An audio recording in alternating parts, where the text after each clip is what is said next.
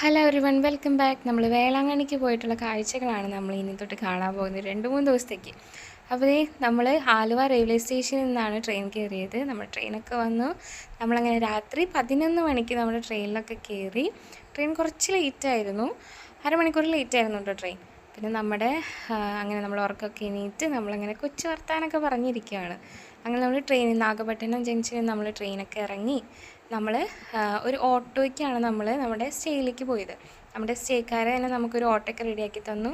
നമ്മളതിനകത്ത് നമ്മുടെ സ്റ്റേ ചെയ്യുന്ന റൂമിലേക്ക് നമ്മൾ വന്നു. ആ റൂമിൻ്റെ തൊട്ടടുത്താണ് നമ്മുടെ മുട്ടൂത്തി കയറണ മണലിൽ നമ്മൾ മുട്ടൂത്തി കയറണ പള്ളിയില്ലേ, ആ പള്ളി നമ്മൾ പിന്നെ ഈ വെള്ളമൊക്കെ എടുക്കുന്ന പള്ളി, ആ പള്ളിയിൽ നമ്മൾ പോയി നമ്മുടെ നേർച്ചകൾ കാര്യങ്ങളൊക്കെ നമ്മൾ ഒക്കെ ആക്കി.